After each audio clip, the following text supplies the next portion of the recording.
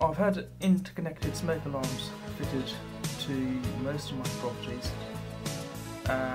and these are mains operated, which are you can get very cheaply from your local DIY stores. B&Q, Screwfix can probably sell these for about £15 to £20, so they're not very expensive.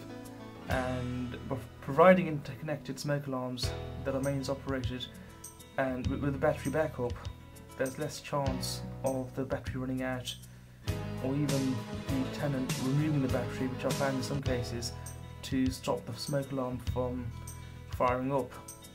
So again, if you can afford to put in mains operated smoke alarms, they're not very expensive to install. Speak to your local electrician and I'm sure you can get one put in quite easily.